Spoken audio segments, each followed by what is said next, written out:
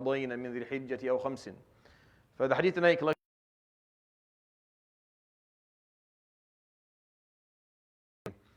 doing our kind of khawatir, pre-Hajj khawatir. We talk about, I'll narrate for you a hadith that talk about Hajj and the journey of Hajj and what comes before it and what the Prophet ﷺ said about it, and I'll choose different hadith. And tonight, this hadith is the final hadith in the theme, short theme that I did, where I just pointed out to you moments or incidents that angered the Prophet ﷺ, things that made him upset. It's important to know these things. I think it was worthy of a full study.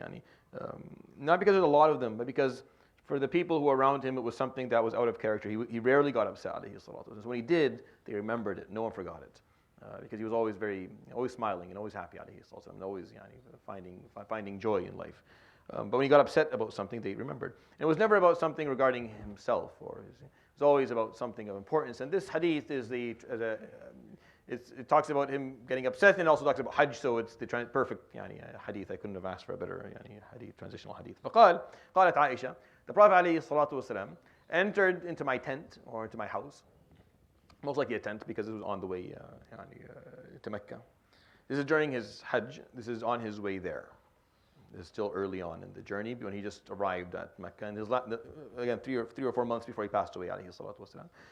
The 4th or 5th day, لأربع أو خمس مضينا من ذي الحجة. So the 4th or 5th day of the Hijjah. So as you know, Hajj begins technically on the 8th day. Well, not technically. People start, with Tarwiyah, they had to go and fill their water and stuff, and sleep in Mina, and then go to Arafah on the 9th morning. So the 4th or 5th day, they're still early. And there's 3 different ways to perform Hajj, and if you attended Friday, you know it, and if you don't, then, shame on you for not attending and knowing it. Then you have Tamattu' and Qiran and Ifrad. There are 3 different ways to do Hajj. So you can either do a Umrah before Hajj, a little bit well before Hajj, and then perform Tahallul, meaning leave your state of Ihram, and then go into Ihram the 8th day. So you can spend like a week without Ihram, called Tamattu'. And you would have to have a hadi ready, because you owe the slaughtering of a hadi immediately.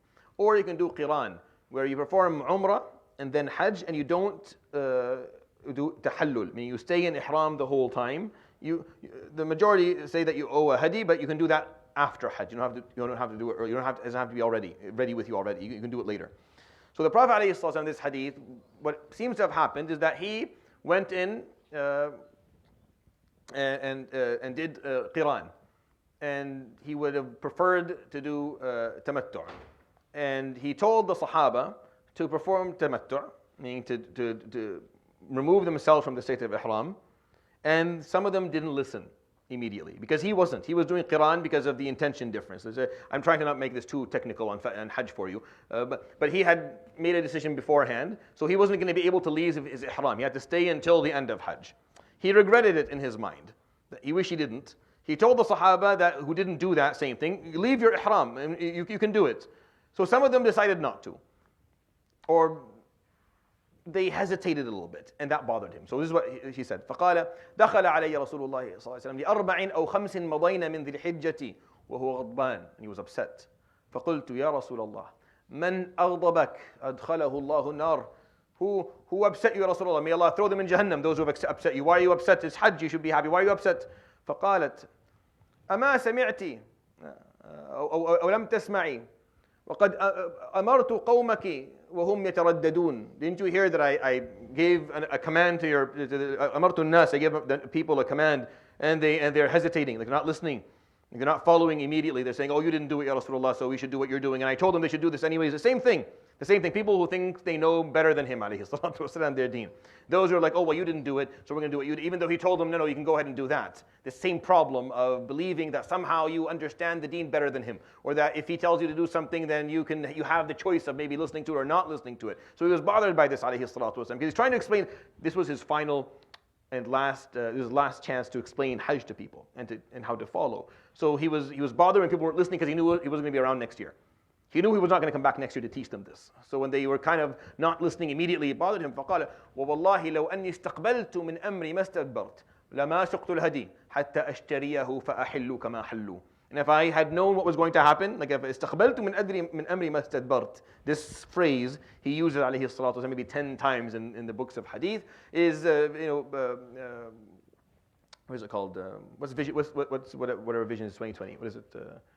Hindsight. Jazakallah khair. Hindsight is 2020. You know this phrase that we use. We throw it out like M&Ms these days. So hindsight is 2020 is what he's saying here. Alayhi sallam. أني استقبلت من أمري ما استدبرت. If I had known what was going to happen and I can go back in time and change it, I wouldn't have brought the hadi with me. I would have bought it after Hajj, ثم أحل, and then I would have removed my ihram and done tamattu' كما حلوا, as they did. But some people, I told them to do this because they didn't have the hadi with them, and they decided not to listen to me. Alayhi salatu wasalam. And he was they didn't say no, but they weren't quick in ta'ah. And this comes from the fact that he would sometimes tell you, you don't have to do what I'm doing. Do what I tell you to do. Because sometimes he'll hold himself, alayhi salatu wasalam, to a different standard. That he doesn't always want the ummah to be held to the standard of difficulty. And some people decide to do that. And this would bother him. Why? Because that was going to end up leading to a culture of usr in our deen. A culture of difficulty in our deen. And our deen is not supposed to be difficult. It's not supposed to be hard upon people. And if you choose in your life to hold yourself to a higher standard, may Allah bless you, that's great. But don't do it in a way that makes the lives of people around you difficult. I'm not supposed to share with you every difficult fatwa that exists. I'm not supposed to bring all of the difficult rulings and put them upon you. That's the opposite of what I'm supposed to do. I'm supposed to look for where is there ease in Islam, and then present it to you. And then if you decide that you want to hold yourself to a higher standard, then God bless you, go ahead and do that. But that's not what I'm supposed to do. This broken dynamic of where you are looking, not you, forgive me, like the person who's asking is looking for the fatwa shopping. I want something easy, and then I'm trying to say, no, this is what you're supposed to do. That is a broken dynamic. That makes for a very, that's a failing community. That's a failing deen. Your job is to look for the safest option, and the option that's more, and my job is to offer you the easiest one that I think is valid. I'm supposed to do that. I'm supposed to look within the deen for the option that makes your life the easiest, and then I adopt that option and that opinion, and I go with it. And then if you want to hold yourself to a higher standard, then you do that for this. That's why the Prophet ﷺ would tell people, here's what you're going to do. But let me, between me and Allah subhanahu wa ta'ala, let me do that. And then sometimes people wouldn't listen. You get upset, ﷺ, because you're going to ruin things later on. So it's something, it's a deep philosophical understanding of our deen that I thought I would share with you. Don't worry, the hadith for Hajj in the next week will be much simpler than this one, inshallah. It won't be as difficult. يروي الإمام مسلم في صحيحه عن عائشة أم المؤمنين رضي الله عنها قالت دخل علي رسول الله صلى الله عليه وآله وسلم ل4 أو 5 مضين من ذي الحجة وهو غضبان فقلت يا رسول الله من أغضبك أدخله الله النار فقال عليه الصلاة والسلام أما بلغك أني أمرت الناس فإذا هم يترددون والله لو أني استقبلت من أمري ما استدبرت لما سقت الهدي حتى أشتريه فأحل كما حلوا صدق رسول الله صلى الله عليه وسلم بحمدك أشهد أن لا إله إلا أنت استغفرك وأتوب إليك وصلى الله وسلم وبارك على نبينا محمد وعلى آله